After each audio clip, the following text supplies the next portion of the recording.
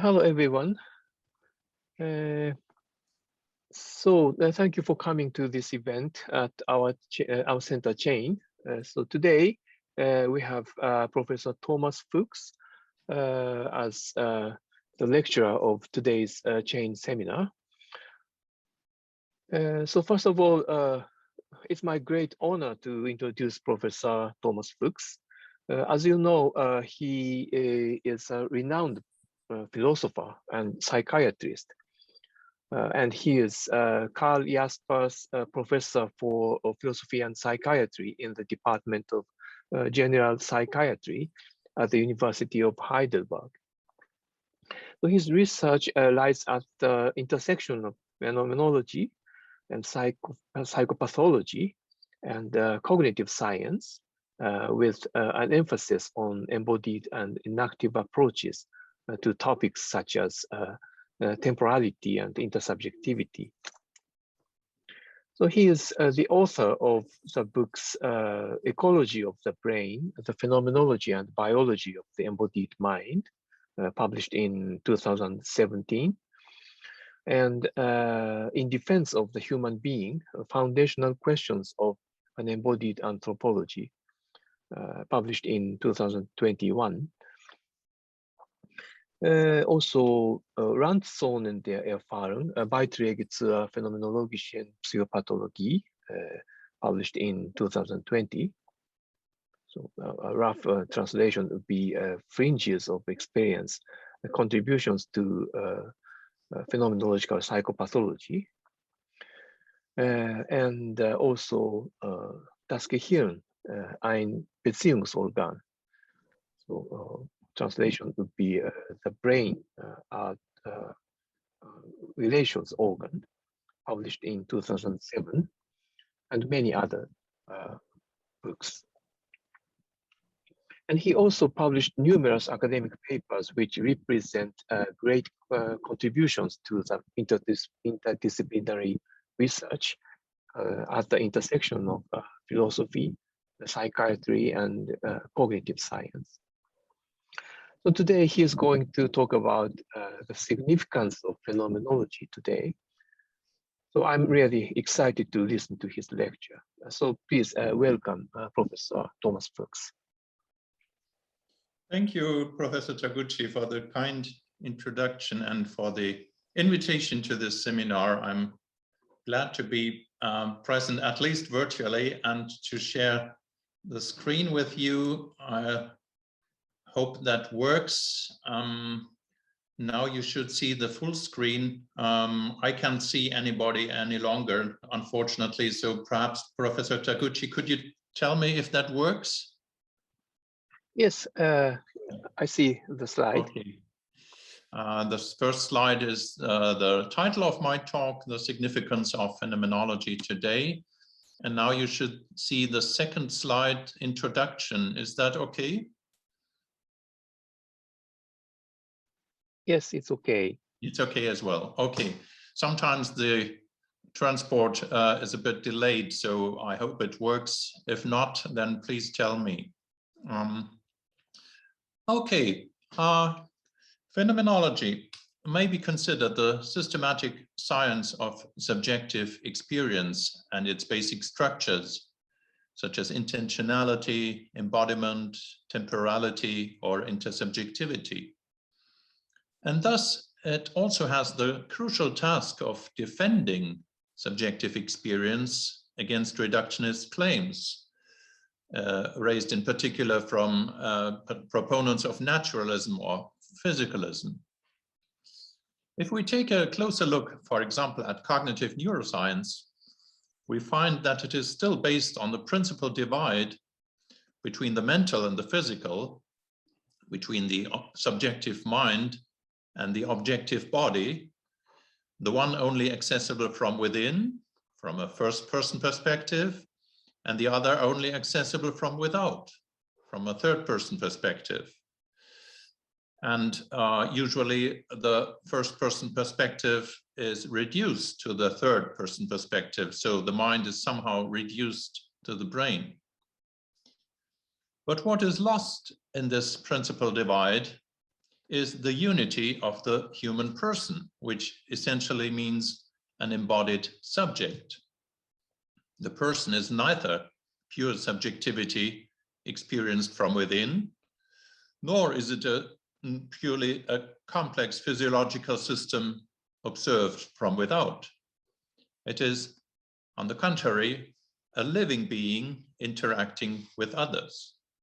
And the way we perceive each other as persons in our everyday interaction is not from a third person point of view, but from a second person or a you perspective. And here, the other is not a hidden mind to be located somewhere behind his forehead. Rather, we experience him or her as a living bodily being, visible and expressing himself through his body. That means we perceive the other as a unity of interiority and exteriority. Now, the currently still dominating disembodied view of the mind as a representational model of the world is perhaps best captured by a quotation from the German neurophilosopher Thomas Metzinger. In his book, The Ego Tunnel, he claims, first, our brains generate a world simulation so perfect that we do not recognize it as an image in our minds. Then they generate an inner image of ourselves as a whole. So we are not in direct contact with outside reality or with ourselves. We live our conscious lives in the ego tunnel. So in this view, subjective experience could also be produced by a disembodied brain in a vat when it is adequately stimulated, because the mind is only seen as a virtual model of the world, an ego tunnel. And accordingly, Metzinger considers phenomenology to be a discredited research program, intellectually bankrupt for at least 50 years. Well, of course, if our subjective experience of being in the world is nothing else but an illusion, a biologically produced virtual matrix, as it were, then every attempt to take this experience serious and to explore it in depth is doomed to be pointless from the outset. In this view, we are not in the world nor in contact with it, because in reality, this world is nothing but clouds of dead particles and streams of anonymous energy, as physicalism has it. Now, this mainstream view of the world and ourselves is currently put under increasing pressure. Within philosophy of mind, all attempts to solve the hard problem of consciousness, namely to reduce subjective experience to physical processes, have failed. The irreducibility of consciousness stands more firm than ever, and it challenges the assumption that physical sciences are able to provide the ultimate explanation of the world. In cognitive neuroscience, the new paradigm of embodied and inactive cognitive science has gained increasing influence over the last 2 decades. It regards consciousness and subjectivity as embodied, embedded, and enacted through the ongoing interaction of an organism with its environment. And finally, in social psychology, the dominant view of social cognition as being based on a theory of mind, a theory of others' hidden minds, is challenged by concepts of embodied intersubjectivity, where we experience the emotions and intentions of others in the flesh, so to speak, so that we do not need to represent the other internally. Now, at this turning point of paradigms, phenomenology plays a crucial role, because the concept of embodiment implies the convergence of 2 complementary aspects or points of view. On the one hand, the phenomenology of the lived or subjective body as the medium of our relation to the world. And on the other hand, the dynamic interaction of the living, moving, and sensing organism with its environment. So the ecology of the lived body as conceived by enactivism and dynamic systems theory. This would mean the Körper. And this means that there is a correspondence between the phenomenology of our bodily being in the world and the ecology of the living organism in its environment, or between the lived and the physical body, between Leib and Körper. Our embodied existence has a double aspect or an ambiguity, both as the body that we are, that we live without noticing, and as the body that we have, that we become aware of as an instrument or a physical object.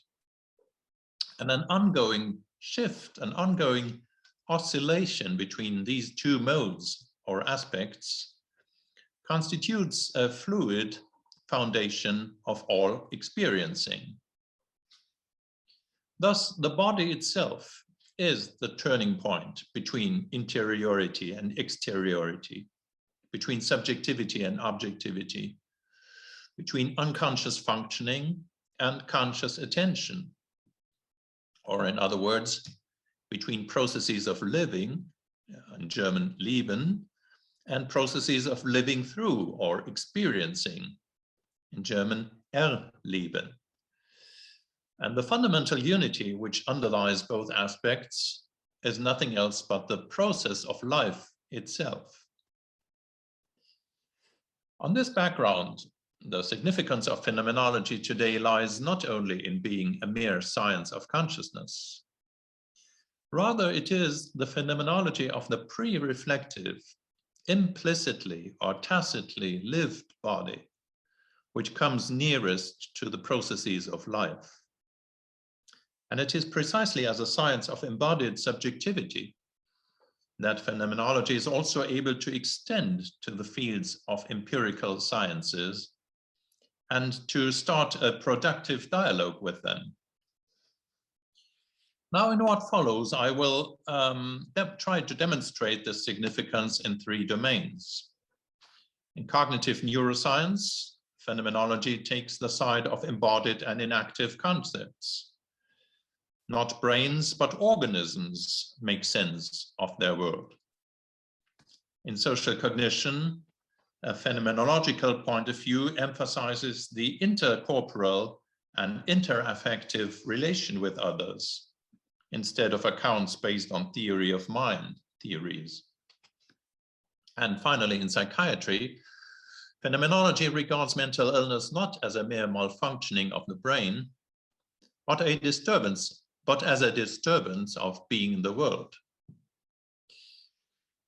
A closer look at these domains will show that phenomenology is by no means a misguided or even bankrupt undertaking. On the contrary, it plays a leading role in the paradigm shift that we are witnessing today in different areas of science. Let me start with a look at present cognitive neuroscience. It can easily be seen that it is based on the assumption of a profound difference between mind and life, or in other words, it lacks a notion of the living organism. Mind is conceived as purely internal, life as purely external, and the body as a mere input-output device, which is not constitutive for the mind. And thus the basis of the mind shrinks to the brain.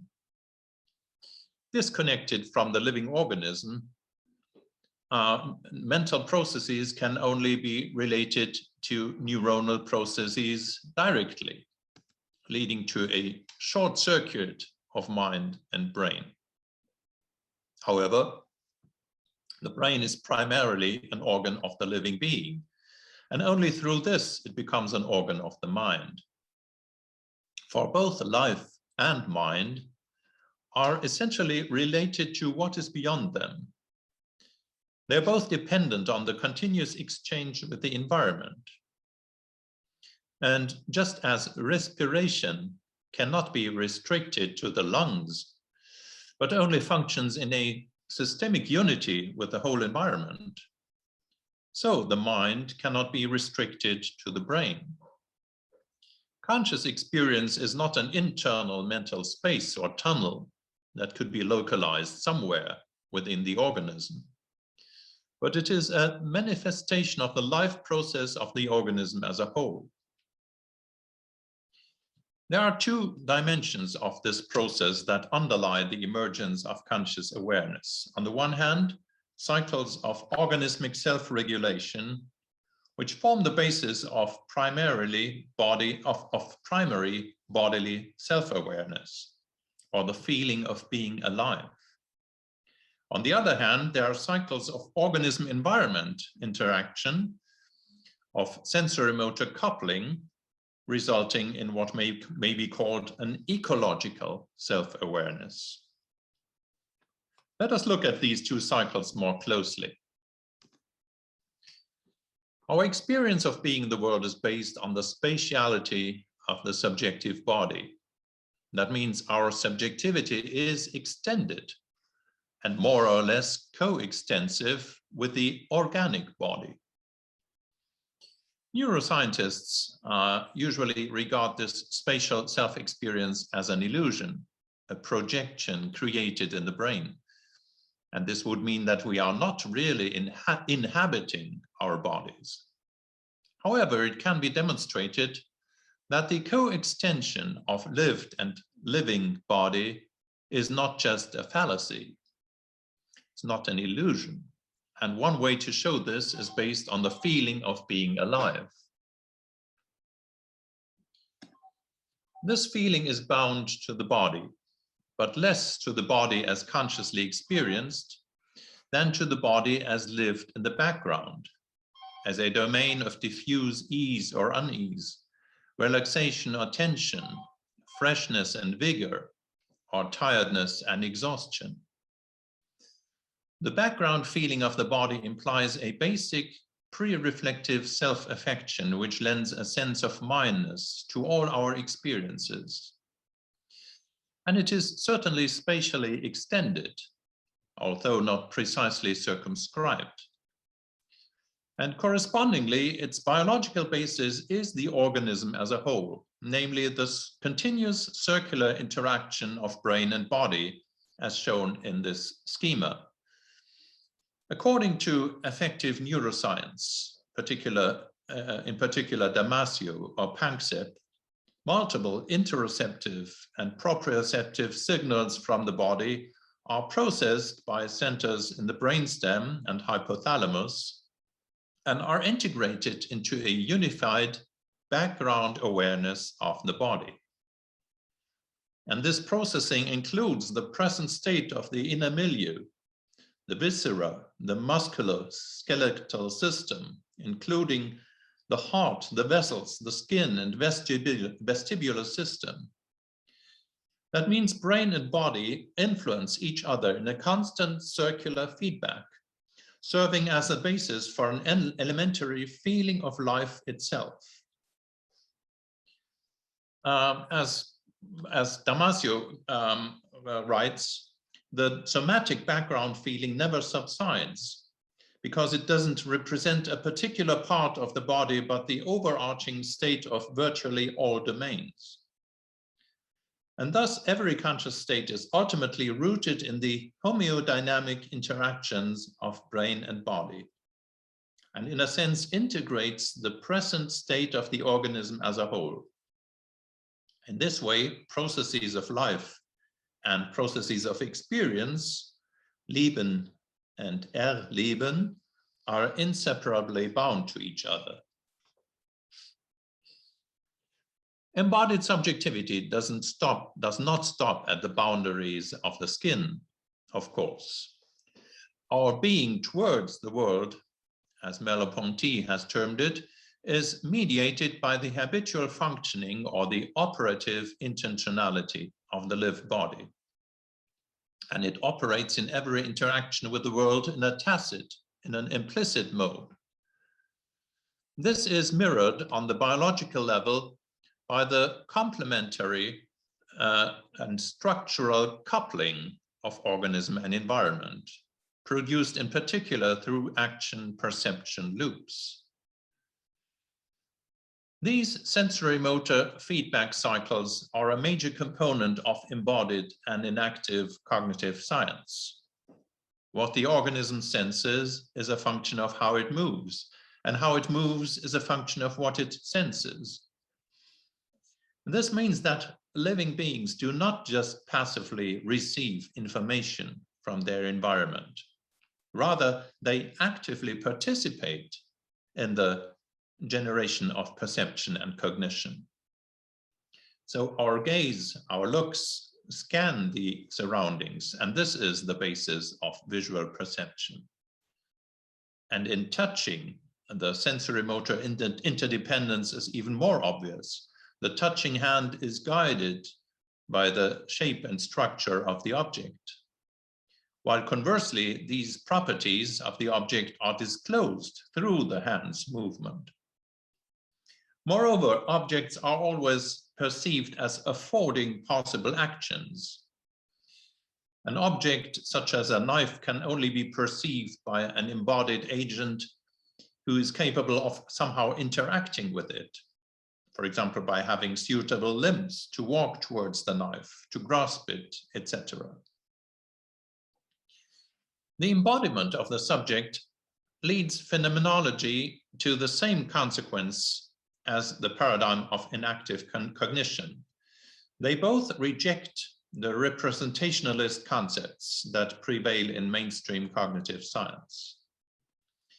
These concepts, as I've already pointed out, are based on the principal divide between organism and environment, which means that perception does not connect us with the world, but only with internal images, models, or constructs.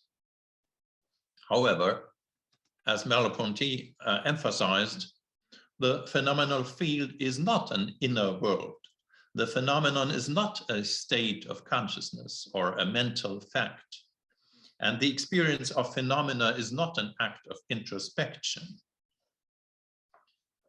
The same criticism is raised by the inactive approach, first put forward by Varela and Thompson in 1991. A cognitive being's world is not a pre-given external domain that is represented internally by the brain. On the contrary, it is a relational domain created by the living being's agency and coupling with the environment. In other words, living beings enact their world, inseparable from their own structure and actions. So instead of representations, embodied approaches rely on flexible schemes of interaction with the environment, which are based on brain networks, but are only realized through circular feedback loops. In these interactions, the brain only functions as a mediating organ, not as the sole producer of perception. And thus, the carrier processes that are necessary for conscious experience constantly cross the borders of the skull and the skin. Consciousness may not be localized in any one place at all, but is based on the ongoing interactions between brain, body, and environment. And this embodied account applies for motor action as well. My actions are not external movements triggered by an inner mind, but they are enacted by me as an embodied subject. So when I'm writing a letter, for example, there is no point in the unity of action where myself ends and the external world begins. There is no border that separates inner and outer world.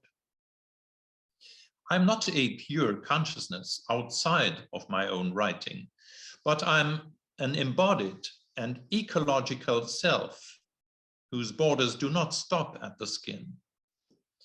As living bodies, we are extended into the world, always up to the locus where the current interaction with the world is going on. To summarize, from an embodied approach, the phenomenology of bodily being in the world corresponds to the ecology of the organism and its environment. They are both complementary aspects of the same life process that connects the subject and the world, or that connects brain, body, and environment. Again, processes of living and processes of experiencing are intimately connected. Now I'll move on to a second domain of current science, namely social cognition, where phenomenology has developed concepts of embodied intersubjectivity as well. The currently predominant theories of social cognition are mainly based on a disembodied or representationalist view again. Concepts such as theory of mind, simulation, mind reading, etc., all assume a fundamental inaccessibility of the other, whose hidden mental states may only be inferred from his external behavior by using some sort of mind reading, mentalizing. That means social understanding becomes a kind of projection of our inner models or representations onto others. Moreover, this research is usually based on situations of detached observation instead of face-to-face interactions. However, in most everyday interaction with others, we do not use any introspective simulation or inference. Instead, we immediately perceive the other's emotions and intentions in his expressive behavior as it is related to a meaningful context. As Scheele already argued, we are directly acquainted with another person's joy in his laughter, with his sorrow and pain in his tears, or with his shame in his blushing. So the other's body is not just a tool for conveying signs of hidden intentions or emotions, rather it is itself intentional and expressive. Expression here is the decisive term, which may be considered as a paradigm case of embodiment. The bodily expression of an emotion is not just an external concomitant that could be separated from an actual inner feeling, because emotion precisely means outward movement. So there is no relation here between a significant and a signifier, as if the expression were just a sign or a cipher for the emotion that we would have to decode. Rather, the sorrow is in its facial expression, or in the crying. The joy is in the smile, and the shame is in the burning cheeks. Expression is the primordial phenomenon. And that means, from the Greek phainomai, that means what shows itself and what is present in this very showing. That is the original meaning of phenomenon. So that what is expressed is before the distinction of internal and external. It doesn't remain somewhere behind. And even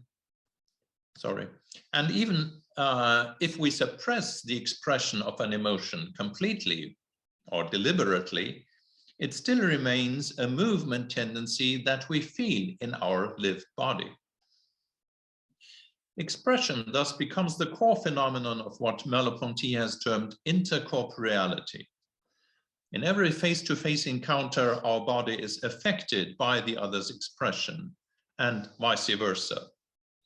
And this creates a dynamic interplay which forms the basis of primary empathy, and which I will describe as mutual incorporation. It may be illustrated by the following scheme. Let us assume that person A on the left side is a person whose emotion, for example, anger, manifests itself in typical bodily changes. His lived body functions as a felt resonance board for the emotion.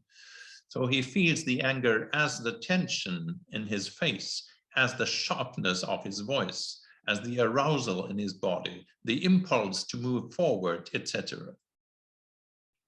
Now, this bodily resonance on the left side is an expression of the emotion at the same time. That means the anger becomes visible as such for A's partner B on the right side. And the expression will also produce an impression in B, namely by triggering corresponding bodily feelings. So B not only sees the emotion in A's face, gaze, and gesture, but also senses it with his own body, through his own bodily resonance. However, it doesn't stay like this, for the impression and bodily reaction that is caused in B now in turn becomes an expression, however slightly, for person A, leaves an impression in him, and also slightly changes or modifies his bodily resonance. So he might, for example, mitigate his expression of anger as he sees how B reacts. And this creates a circular interplay of expressions and impressions running in split seconds and constantly modifying each partner's bodily state. So they have become parts of an interaffective system. Each lived body reaches out, so to speak, to be complemented by the other. They are coupled to form an extended body through interbodily resonance or intercorporeality. One could also speak of mutual incorporation. And for this, no mental representation is necessary. There is no strict separation between the inner and the outer, as if a hidden mental state in A produced certain external signs which person B would have to decipher. Because A's anger may not be separated from its bodily expression. And similarly, person B does not perceive A's body as a mere object, but as a living, animate, and expressive body that he is coupled with. And it is in this sense that we can refer to the experience of the other as embodied perception or communication. In Merleau-Ponty's account, the communication or comprehension of gestures comes about through the reciprocity of my intentions and the gestures of others, of my gestures and the intentions discernible in the conduct of other people. It is as if the other person's intentions inhabited my body and my intentions his body. So as we can see, the concept of mutual incorporation leads to the opposite of the representationalist account. Primary social understanding is not an inner modeling in a detached observer, but the other's body extends onto my own and my own extends onto the other. Now, the third and final field I want to consider is the phenomenology of psychopathology. And here we are confronted again with a prevailing biological paradigm, according to which mental illnesses are diseases or malfunctions of the individual brain, thus isolating the disorder from the social sphere. But mental illness is not something that goes on within an inner space, neither in the mind nor in the brain. Phenomenology in psychiatry has elaborated and shown in many analyses how mental disorders manifest themselves in the patient's lived body, lived space, temporality, in the whole of the patient's being in the world. The patient is ill, that means his world is ill, as the psychiatrist Jan van den Berg has put it. And in this sense, the illness is not somewhere somehow in the patient, but the patient is rather in the illness, even though its somatic components may be localizable within the boundaries of the organ. Point of view, mental disorders are always ecological disturbances of the patient's lived body, lived space, and relationship with others. This may be called an extended view of mental illness, and it is based on embodied and inactive approaches. And it is precisely the more tacit dimension, the implicit way in which our body functions, which is alienated in major psychiatric disorders. I will give one example for this, namely the concept of schizophrenia as a disembodiment. Current mainstream neuropsychological theories attribute the core disturbances in schizophrenia to higher order cognitive processes, such as theory of mind or meta-representation. In contrast, phenomenological approaches locate the main disorder in schizophrenia on a lower level, regarding it as a fundamental disturbance of the embodied self, or a disembodiment. And this includes, first, a weakening of the basic pre-reflective sense of self. You remember the sense of or feeling of being alive, which is closely related to that, or also termed ipseity, a basic sense of self. Second, there is a disturbance and disruption of implicit bodily functioning. And third, there's a disconnection from the intercorporeality with others. And as a result of this manifold disembodiment, the pre-reflective immersion of the self in the world is fundamentally disturbed. This basic alteration develops gradually, often many years before the manifest acute psychosis. I will have a short look at these domains. According to the concept mainly developed by Joseph Parnas and Louis Suss, schizophrenia involves a diminishment or weakening of basic bodily self-awareness. And this is experienced as a feeling of a pervasive inner void, an emptiness, a lack of bodily presence, an existential feeling of being alien to the world somehow. A feeling of total emptiness frequently overwhelms me, as if I ceased to exist, as a patient describes it. It is as if I'm not part of this world. I have a strange, ghostly feeling as if I was from another planet. I'm almost non-existent. The disturbance of basic self-awareness in schizophrenia is accompanied by a loss of the habitual bodily functioning that normally mediates our relation to the world, resulting in a disembodiment of action and perception. To start with the disembodiment of action, patients often experience a disintegration of habits and bodily practices, a kind of disautomation of normally implicit functions. So instead of simply dressing, walking, driving, etc., they have to prepare and produce each single action deliberately, leading to a hyper-reflective awareness of one's own body.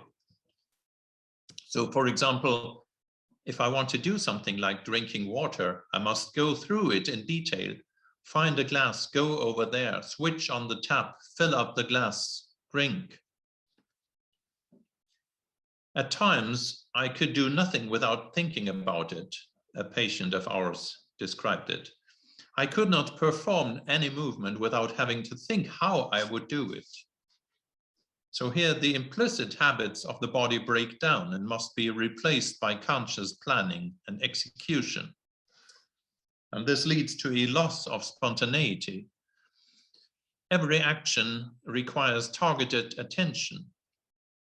It is not for nothing that the patients often speak of a break between themselves and their body, or feel like lifeless robots.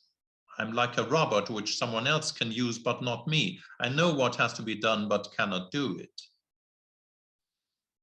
Now, in perception, the disembodiment manifests itself in an impaired capacity to recognize familiar gestalten, familiar shapes and forms of things.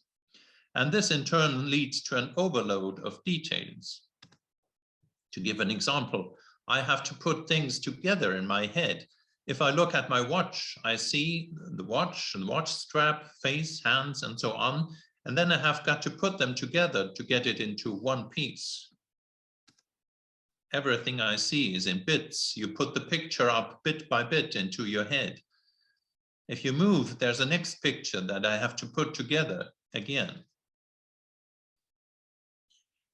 Now, finally, as we have seen in my last part, it is also the lived body that mediates the practical knowledge of how to interact with others, how to understand their expressions and actions through intercorporeality.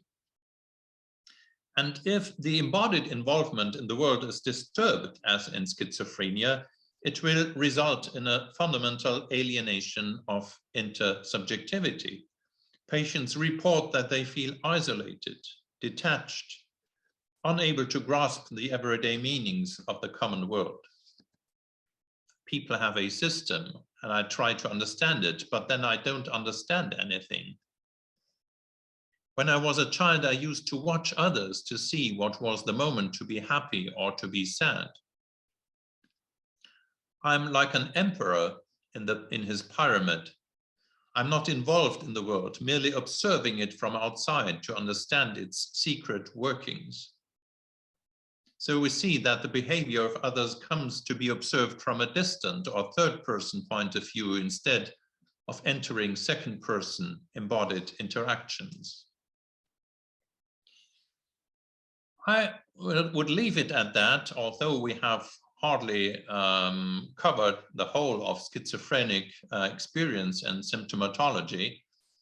To conclude, schizophrenia in any case implies a disembodiment of the self, in the sense of losing one's habitual bodily performance, and with it, the pre-reflective being in the world. Thus, the relationship of self and world is in constant need of being reconstructed by deliberate efforts, leading to the growing perplexity and also exhaustion that are found in schizophrenic patients. And in this way, schizophrenia shows us, through its fundamental disturbance, the normally mediating function of the lived body. It shows us the embodiment of subjectivity. I started with the assumption that mental illness is not a malfunctioning process in the brain alone, but a disturbed way of bodily being in the world. In general, mental illness is an extended phenomenon, taking place in space and time, in particular in between the patient and the others. Although I have taken the example of schizophrenia, which may be considered as a disturbance of the patient's lived body and lived space. Although faulty neuronal maturation and neuronal dysfunction in early life probably plays a major role in the development of schizophrenia, there are nevertheless no brain systems that produce the illness by themselves. Mental illnesses are not mere disorders or diseases of the brain. They are always disturbances of the bodies and of the persons being in the world and being with others. And to conclude my talk as a whole, I started with the thesis that the significance of phenomenology today lies not only in being a philosophy of consciousness. Rather, it is the phenomenology of the pre-reflective, lived body, of our embodied subjectivity that is able to challenge current mainstream paradigms, both in cognitive neuroscience, in social psychology, and in psychiatry. These paradigms are based on a disembodied and functionalist concept of the mind as a system of algorithms produced by the brain. The paradigm change that we are witnessing today re-embeds the mind in the process of life and thus repatriates it in the world, gives him a home in the world again. And this paradigm change is brought about in two ways. The phenomenology of our bodily being in the world corresponds to the ecology of the living organism as it is conceived by embodied and inactive cognition. I have chosen schizophrenia as the paradigm case for an extended and ecological concept of mental illness. But it may still serve another purpose, because the disembodied and detached experience that we have seen in the schizophrenic patients resembles in many respects the disembodied representationalist concept of mainstream cognitive science. Let me remind you of Thomas Metzinger's quotation.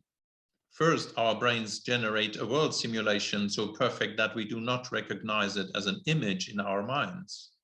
Then they generate an inner image of ourselves as a whole. We are not in direct contact with outside reality or with ourselves. We live our conscious lives in the ego tunnel. Now, somewhat pointedly, one could say, if we were all schizophrenic, then Thomas Metzinger would be right. We would then feel a split between ourselves and our body, which we would have to steer from the outside, like a Cartesian ego. We would not inhabit the world, but we would feel distant to it, like on a foreign planet. And we would not empathically understand others, but would have to theorize about them in order to make sense of their puzzling behavior. Then we would indeed live our lives in the ego tunnel. So we may finally wonder what strange worldview should induce us to consider ourselves to be the disembodied virtual self-models produced by the brain, as mainstream cognitive neuroscience would have it. Fortunately, we are no movies produced by a brain, but we are embodied living beings. And fortunately, we do not live in a matrix world, in an ego tunnel in our heads, but we live in the life world that we share with others. So the significance of phenomenology today may be seen in helping us to recognize our human condition again and to understand it in a new and deeper way. Thank you very much for your attention.